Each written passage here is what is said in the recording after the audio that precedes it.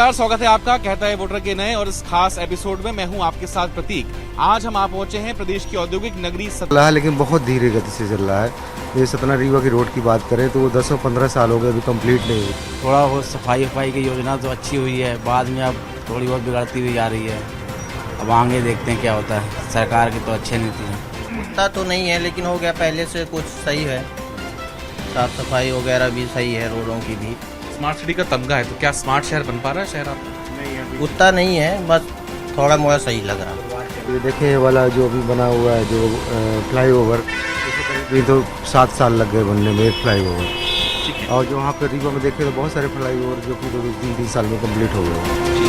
तो औद्योगिक नगरी सतना के विभिन्न मुद्दों को हमने समझा है। यहाँ की गली कूचों से भी जो आवाज निकल के आई है और क्या कुछ मुद्दे हैं इस बार जिस पे जनता तय करेगी कि आखिर उनका अगला महापौर कौन होगा। सतना सीट जो कि पिछले बार बीजेपी कब्जे में गई थी, इस बार समीकरण काफी कुछ बदले हुए हैं। बहरहाल सियासी दल से जुड़े नेता क्या समझते हैं, उम्मीदवार हमारे साथ तीनों ही प्रमुख दलों के मौजूद, चाहे बीजेपी हो, कांग्रेस हो या बसपा हो। शुरुआत हम बीजेपी से करेंगे जो कि पूर्व में इनकी सत्ता रही है, और इनसे समझेंगे कि आखिर क्या कुछ काम जो है बीते 5 सालों में हुआ और आगामी रोड मैप क्या है। सर, आपसे मेरा सवाल यह है, चूंकि आप बीजेपी के उम्मीदवार भी हैं, क्यों लगता है कि जनता एक बार फिर इस बार आपको मौका देगी? मुझे लगता है कि भारतीय जनता पार्टी एक ऐसी पार्टी जिसने गरीबों के लिए, कल्याण के लिए जितने भी कार्य किए हैं। अगर मैं प्रधानमंत्री आवास की बात करूं, उसमें नगर निगम से शुरुआत होती है। अगर मैं अपने गैस कनेक्शन की बात करूं, शौचालय की बात करूं, कोरोना वैक्सीन की बात करूं, अन्न की बात करूं, जल नल की योजना बात करूं, इतनी सारी योजनाएं हैं जो सीधे गरीबों से जुड़ी हुई हैं और गरीबों को उसका लाभ मिला है। कांग्रेस के उम्मीदवार जो कि मौजूदा विधायक भी हैं और आपको इस बार महापौर का उम्मीदवार बनाया गया है, तमाम बातें कही हैं। कोविड काल में जो समय जो सेवा की गई और जो केंद्र सरकार की योजनाएं थी, क्या स्थानीय मुद्दे आपकी नजर में हैं जिनके दम पर जनता आपको चुने? हमने कोशिश की विधायक बनने के बाद कि शहर सुधरे, साफ स्वच्छ हो, और कुछ काम हम कर भी पाए हैं। अगर नगर निगम में जनता ने मौका दिया तो जो अधूरे काम है, जो जिनकी जरूरत है, जो बेसिक नीड्स है, उसको पूरा करने की कोशिश करेंगे। रही बात आपदा प्रबंधन की, जिम्मेदारी हमेशा शासन की होती है जी। सरकार कोई भी हो, अगर कोई भी आपदा आती है किसी भी जिले में, गांव में, देश में, तो उसकी जिम्मेदारी सरकार की होती है। रही बात वैक्सीनेशन की, तो आज़ादी के बाद लगातार वैक्सीनेशन हुए हैं, चाहे टीबी के लिए हो, चाहे खसरे के लिए हो, चाहे पोलियो के लिए हो, लेकिन उसका प्रचारित नहीं किया गया कभी कि पार्टी ये कर रही है। और समीकरण कहीं ना कहीं बिगाड़ सकते। सही जी, तमाम मसले आपके सामने हैं, सतना को आप पहले से जानते हैं। बीते 10-15 सालों में विकास हुआ, विनाश हुआ, किस तरीके से देखते हैं आप सतना को? देखिए, ढिंढोरा तो बहुत पीटा जाता है कि पिछले 10 सालों से ये हुआ वो हुआ। मैं कहता हूँ कि इतने सालों में जब से नगर निगम की स्थापना हुई, एक पंचवर्षीय योजना में भर कांग्रेस की उसमें सत्ता थी, बाकी समय में भारतीय जनता पार्टी का महापौर रहा और परिषद भी उनकी रही। और क्या विकास हुआ है ये सबको मालूम है। जो गरीब तबका है आज भी वो मकान के लिए तरस रहे हैं, जो गरीब तबका है आज भी उनके राशन कार्ड नहीं बने हैं, और यहाँ तक कि बहुत सी जगह जो है नल जल योजना भी कंप्लीट नहीं हुई। सड़कों का, नालियों को, सब जगह बुरा हाल है। और मैं तो कहता हूं कि इतने सालों से इनकी सत्ता है, तो आज जो है एक बदलाव की बेआर है। बदलाव होना चाहिए। आपने 15-20 साल इनको देखा, अब हमको भी देखिए हम लोग कितना काम करते हैं। सतना आपकी नजर में कितना विकसित हो पाया? युवाओं के लिए क्या रोजगार है? यहाँ इतनी बड़ी बड़ी सीमेंट फैक्ट्रियां हैं, रोजगार आपके पास है, आपके साथियों के पास है? हमारे पास रोजगार नहीं, और सतना में सतना के लोगों को रोजगार कभी नहीं मिलता है। रही बात भाजपा के विकास की, जब से मैं पैदा हुआ मेरे हिसाब से भाजपा ही यहाँ पे नगर निगम में काबिज रही है। और सम्मानी योगेश जी का वार्ड नंबर 7 है, उसमें ही मैं साइकिल चलाता था और अब कार चलाने लगा हूँ। गड्ढे तब भी थे, वही गड्ढे आज भी हैं। बस स्टैंड इन्हीं के क्षेत्र में आता है, पानी कमर तक भरता है। आज तक ड्रेनेज सिस्टम की कोई व्यवस्था नहीं है। आज तक यहाँ के युवाओं को सिर्फ छला गया है। यहाँ का युवा बेरोजगार है, सीमेंट की सिर्फ धूल और धुआं खा रहा है। युवाओं को कोई भी रोजगार नहीं दिया गया। अगर युवाओं को रोजगार दिया नहीं गया, भाजपा के नेताओं ने सीमेंट फैक्ट्रियों में ठेकेदारी की, दलाली की, नौकरियां अपने लोगों को लगवाया। लेकिन सतना जिले की जनता को और युवाओं को कोई रोजगार नहीं दिया। रोजगार नहीं मिला। मैं जवाब लेता हूँ। कामकार जी, आपका एक वार्ड का युवा बतला रहा था कि जो गड्ढे पे वो साइकिल चलाते थे आज वो कार चलाते हैं। जस का तस है, विकास नहीं हो पाया, क्या कहेंगे? देखिए, राजनीति करने के लिए राजनीति करना है तो बहुत से मुद्दे बोले जा सकते हैं। मैं बहुत स्पष्ट कहना चाहता हूँ, सर, सतना शहर का विकास हुआ है। अगर मैं इन सभी नेताओं से आप पूछिए, क्या 20,000 नई स्ट्रीट लाइटें अभी नहीं लगी? क्या मंदिरों का जीर्णोद्धार शुरू नहीं हुआ? क्या तालाबों का पुनर अपने जो फिर से उनका निर्माण चालू नहीं हुआ है? सड़कों में चौराहे डेवलप हो गए हैं, स्क्रीन लाइट लग गई है, 450 कैमरे लग गए हैं। तो क्या कांग्रेस ने लगवाए हैं? राजनीति करने के लिए राजनीति है। भाई, हमारे एक युवा बोल रहे थे कि बेरोजगार है। मैं ये बिल्कुल स्वीकार करता हूँ, बेरोजगारी खत्म नहीं हुई है। लेकिन आप इनसे पूछिए कि अगर भारतीय जनता पार्टी की सरकार ने एक्ट बना के ये नियम बना दिया है कि जो भी उद्योग लगेगा उसमें 70% लोकल लोगों को रोजगार दिया जाएगा, नहीं तो सरकार के द्वारा दी जाने वाली कैपिटल सब्सिडी जैसी सुविधाएं प्राप्त नहीं होंगी। इनको ये पता ही नहीं है। ठीक है, ये हमारे सामने होगा। हाँ, बताइए क्या बोलना चाह रहे हैं?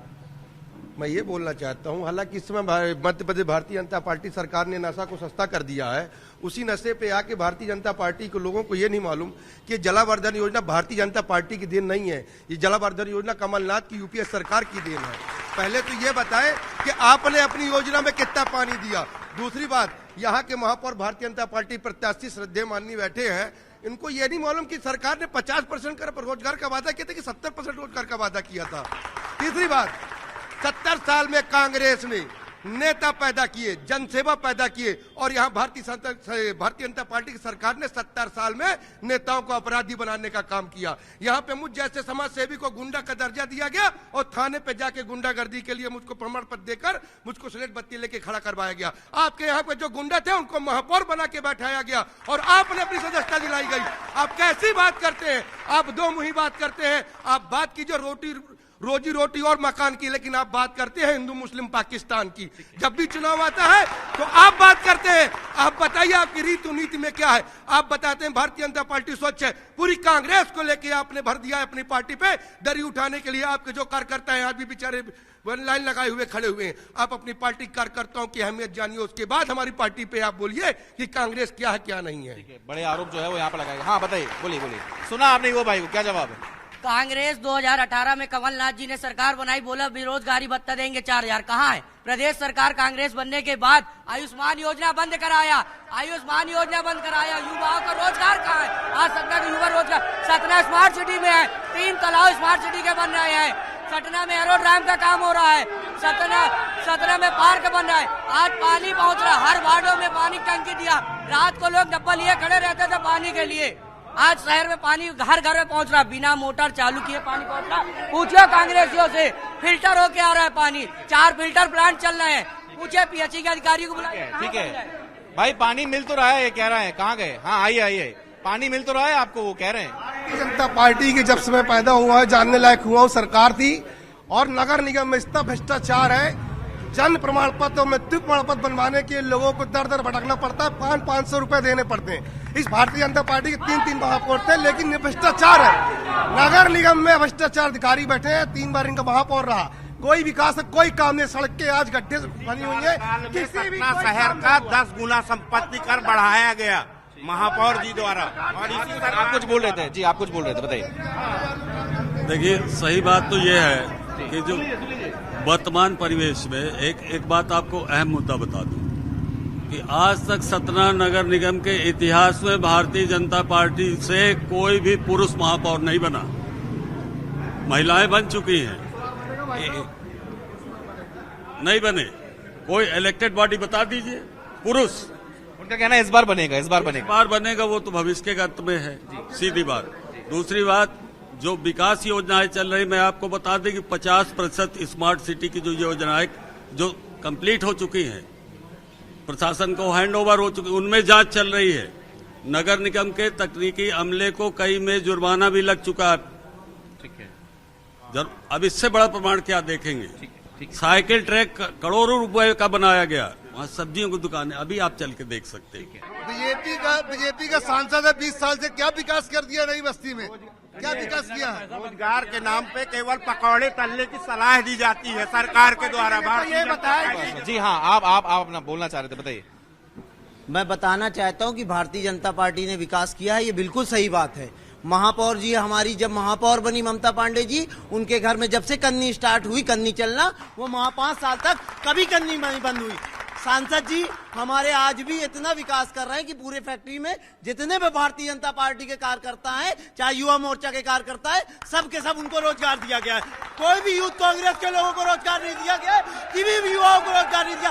उनको कहा गया है केवल केवल पकौड़े तले, युवाओं को कहा गया केवल पकौड़े तला जाए। और आज आप चले जाके देख लीजिए, बारिश हुई है, जाके देखिए आज सीवर लाइन का हाल देखिए। सीवर लाइन जो खोदा हुआ है, आज एक अगर गर्भवती महिला जाए और मोटरसाइकिल से किसी के साथ जा रही, तो वहीं पे बच्चा पैदा हो जाएगा और पेड़ लगाने। जवाब लेते हैं।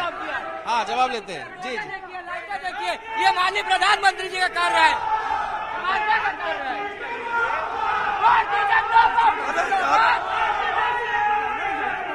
एक मिनट सुन लीजिए, एक मिनट सुन लेने दीजिए। जवाब आ रहा है आपके पास भी आ रहा है। हमारे शेरू भैया ने कहा कि विकास जरूर हुआ है, ममता जी का विकास हुआ है, इसीलिए आज राहुल गांधी ईडी की जांच में है, जो उन्होंने 70 साल से अपना विकास किया। आप कुछ बोल रहे थे, बताइए। हमारी माननीय महापौर जी, जो पूर्व महापौर जी थी, उनके विकास की बात कर रहे हैं। उनके सड़क घर के जस्ट पीछे आज तक नाली और सड़क नहीं बनी है। उनका पूरा वार्ड आज तक सड़क और नाली की समस्या से जूझ रहा है। पूरे शहर में सीवर लाइन के नाम पे पूरे शहर में गड्ढे बने हुए हैं। उस सीवर लाइन का काम जिस ठेकेदार को लिया गया था, खुद ही भाजपा के शासन में उसको वापस भेज दिया गया। ये भाजपा का विकास है। आप इनमें से किसी से भी 15 साल में महापौर भाजपा का, विधायक भाजपा का और सांसद भाजपा का, सरकार भाजपा की, लेकिन शहर का विकास क्या हुआ है आप खुद देख सकते हैं। ठीक है, आपके पास। हाँ। इनसे विकास की बात होती है तो इनका सिर्फ एक ही काम रहता है कि हमारी ड्यूटी राम मंदिर में लगी है। माननीय महापौर जी से मेरा निवेदन है कि आपकी ड्यूटी किस लिए लगाई जाती है? पूड़ी बेलने के लिए। इनकी ड्यूटी पूड़ी बेलने के लिए वहां लगाई जाती है। विकास की बात करने जाए, आप चलिए महापौर ममता पांडे जी के घर के पीछे आप चल के देखिए, वहां चलने के लिए सड़क नहीं है। ये लोग भारतीय जनता पार्टी की सरकार होने के बाद सड़क तक नहीं बन पाए। विकास की बात, जी हाँ, बताइए।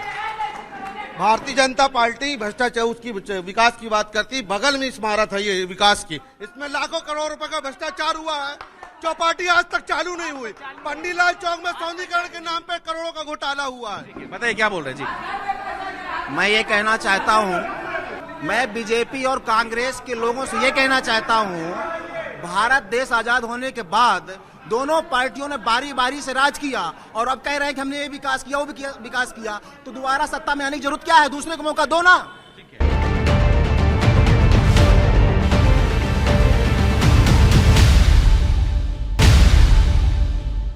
भाई, महापौर जी के वार्ड घर के पीछे गंदगी बजा रही है, तमाम बातें सुनी। हाँ, बताइए। 4 वार्ड में विकास हुआ है। पुरानी टोला में विकास हुआ, WBM बनी, पानी टंकी बनी, क्रमबद्ध विकास होता है। पानी की पाइपलाइन गई। हाँ, बताइए, आप कुछ बोल रहे थे जी। मैं ये बोल रहा था, जैसे बिन्ने बोला महापौर के पीछे कचरा है, महापौर के जो पीछे कचरा, लेकिन शहर को तो स्वच्छ किया।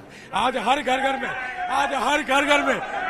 जा रही कचरे वाली गाड़ी जा रही है, एक एक कचरा साफ हो रहा है। और इनके घर में पूछिए कि इनके घर में कचरा जितना करते हैं और सफाई हो रही है, ये भारतीय जनता पार्टी द्वारा हो रहा है। ठीक है, आम जनता भी हमारे पीछे। सर, आपसे मेरा सवाल है, आप तमाम बातों को सुन रहे हैं, एक आम नागरिक के तौर पे विकास के क्या पैमाने हैं सतना के, और क्या चुनाव इस बार होगा, किस मुद्दों पर होगा? देखिए, मेरा तो ये कहना है, विकास किसी राजनीतिक दल का दासी नहीं है। और जहां तक बात भारतीय जनता पार्टी और कांग्रेस की है, मैं तो आज इन दोनों प्रत्याशियों को देख के ये कह सकता हूं कि सतना स्मार्ट नहीं हुआ, सुपर हुआ है। इसलिए कि अगर इनके दोनों के परिधानों को आप देखें तो इनके परिधान राजनीतिक नहीं है, ये सामाजिक व्यक्ति हैं, दोनों के दोनों व्यक्ति।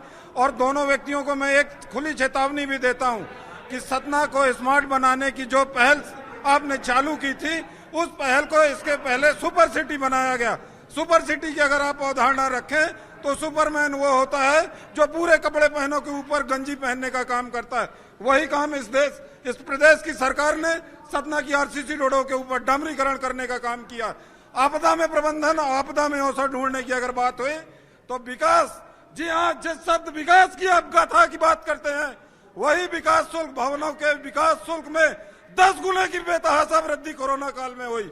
मैं पूछना चाहता हूं भारतीय जनता पार्टी और कांग्रेस के जिम्मेदार पदाधिकारियों से, और दोनों राजनीतिक दलों के लोगों से कि जब से सतना के लोगों का अनैतिक शोषण हो रहा था विकास पर, तब इन्होंने क्या किया। आज दोनों दलों को वोट मांगने के लिए अगर आए हुए हैं तो उनका इस सदन पर स्वागत है। ठीक है, चलिए जवाब ले लेते हैं, समय कम है, हम प्रत्याशियों से एक जवाब लेंगे। हाँ बताइए, जी जी बोलिए बोलिए, समय का अभाव है, जल्दी जल्दी क्या बातें हैं, क्या मुद्दे हैं और किन मुद्दों के साथ आप जनता के बीच जा रहे हैं। जी माननीय जी, मैं आपको बताना चाहता हूं कि जो भारतीय जनता पार्टी जो आवास, प्रधानमंत्री आवास के नाम पर जो बता रही है, तो बहुजन समाज पार्टी बहन कुमारी मायावती जी ने 2011 में उन्होंने योजना बना करके लागू किया। वही योजना को ये सब भारतीय जनता पार्टी ने उसी योजना को नकल करके उन्होंने देने का काम कर रहे हैं। और बीजेपी और कांग्रेस के लोग गरीब लोगों से कमीशन खोरी करते हैं, 10-20 हजार 30 हजार। ये हमारा नगरीय चुनाव है, स्थानीय चुनाव है।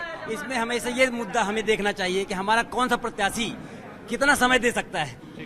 हमें प्रदेश का नेता नहीं चाहिए, हमें ऐसा नेता नहीं चाहिए जिसके पास समय न हो। 1500 दिन का शासन है, कम से कम 1000 दिन ये यहाँ रह सके, नगर निगम में बैठ सके। हमको ऐसा नेता चाहिए, ऐसा नेता चाहिए जो स्थानीय मुद्दों हमें जाति विशेष की राजनीति नहीं करना। हमें ऐसा आदमी चाहिए जो यहाँ बैठ के उनकी समस्याएं सुन सके, उनका निदान कर सके। ऐसा नहीं कि महापौर समय की कमी है। चलिए जाते जाते प्रत्याशियों से मेरा एक सवाल रहेगा। सर आपसे मेरा सवाल है, शॉर्ट में अगर जवाब दे पाएं, जनता आखिर आपको क्यों चुने, 3 मुद्दे। पहली बात तो मैं अपनी बात पूरी करने के पहले कहना चाहता हूं भी हमारे 2 दलों के लोगों ने बड़ी हास्यास्पद बात की है। अभी हमारे 3 बार के पार्षद महोदय ने कहा कि नगर निगम में यह दिक्कत थी या कमी थी। वो 3 बार के पार्षद थे, उन्होंने अपनी जवाबदारी का निर्वहन क्यों नहीं किया? किसकी जवाबदारी है? हमारे आदरणीय विधायक जी ने कहा स्मार्ट सिटी में यह दिक्कत है, 10 बैठकों में 2 बैठक में आए हैं। क्या जवाबदारी है विधायक की? हर बैठक में रहना चाहिए। मैं आपको यहाँ बोल रहा हूँ, मैंने 3 करोड़ का पेमेंट इसलिए रुकवाया स्मार्ट सिटी की बैठक में रहते हुए, क्योंकि वो कार्य गंदा हुआ था, उसको दोबारा तोड़ के बनाया जा रहा है, ये मैंने करवाया। आप बैठक में क्यों नहीं आते हैं? बैठक में माइक के सामने बोलना और यथार्थ में करना, दोनों में जमीन आसमान का अंतर है। जोर जोर से बोलने से विषय नहीं बदल जाते। मेरा निवेदन है, हम सब लोग मिलकर शहर को अच्छा बनाएं, यही मैं आप सबसे अपील करना चाहता हूं। ठीक है, जाते जाते आपसे मेरा सवाल, जनता आपको चुने तो आखिर क्यों चुने? जनता को अगर संपत्ति कर और लूट से बचना है तो कांग्रेस को चुनना होगा। जिस तरह नगर निगम में भ्रष्टाचार का अड्डा बना हुआ है, उस अड्डे को अगर खत्म करना है तो कांग्रेस को चुनना होगा। रही बात मेरी, तो मेरे ऊपर जो जैसा अभी भाई साहब ने कहा कि बैठकों में नहीं जाते, आप लिस्ट उठा लीजिए कि भारतीय जनता पार्टी की सरकार ने पिछले 15 साल में कितने दिन हाउस चलने दिया। जब विधानसभा नहीं चलती तो यहाँ नगर निगम और यहाँ की कलेक्ट्रेट की मीटिंग में कौन सुनता है? इंसल्ट कराने जाए कोई आदमी मीटिंग में? यहाँ के जब से सरकार जब भी हम कोई मुद्दे को बोलते हैं, हमने एक बार कहा कि भाई पार्क में जो एंट्री फीस ली जाती है उसे बंद होना चाहिए। भाई जब आप टैक्स ले रहे हैं तो कम से कम यहाँ का आदमी फ्री में हवा पानी तो ले सके, आप उसमें भी पैसे ले रहे हैं। तो मैंने जो पहले भी कहा है कि जिस तरीके से सरकार एक व्यापार की तरह सरकार चला रही है, सिर्फ फायदा, हर आदमी से सिर्फ आमदनी की सोच है, उसको कुछ देने की सोच सरकार की नहीं है। इसलिए अगर जनता को राहत चाहिए, आने वाली पीढ़ी को सुरक्षित करना है, शहर को सुरक्षित करना है, तो कांग्रेस को लाना होगा। कांग्रेस को लाना होगा। जाते आपसे मेरा सवाल है, सही जी, जनता अगर आपको चुने तो क्यों चुने? जनता अगर आपको चुने तो क्यों चुने? 2 बातें शॉर्ट में। देखिए, अगर शहर का समुचित विकास करना है तो एक बार जो है जनता को प्रयोग करना पड़ेगा। एक बार ऐसे लोगों को लाना पड़ेगा जो जमीन के लोग हैं, जो गरीब हैं, जो ऐसे जीत के आएंगे तो मैं समझता हूँ कि अपने क्षेत्रों में काम करेंगे और काम होगा। ठीक है, तो बेहद दिलचस्प रहेगा इस बार मुकाबला सतना का, जो कि बीजेपी कांग्रेस के साथ बसपा भी मैदान पर है और तमाम जो मुद्दे हैं वो हमने समझे हैं। आरोप प्रत्यारोप का दौर भी चला है। बहरहाल 6 तारीख को जनता तय करेगी कि आखिर उनका महापौर कौन होगा। देखना दिलचस्प होगा, जो कि लड़ाई इस बार त्रिकोणीय रूप ले चुकी है। फिलहाल आज के लिए सिर्फ इतना ही। देखते रहिए News 18 मध्य प्रदेश छत्तीसगढ़।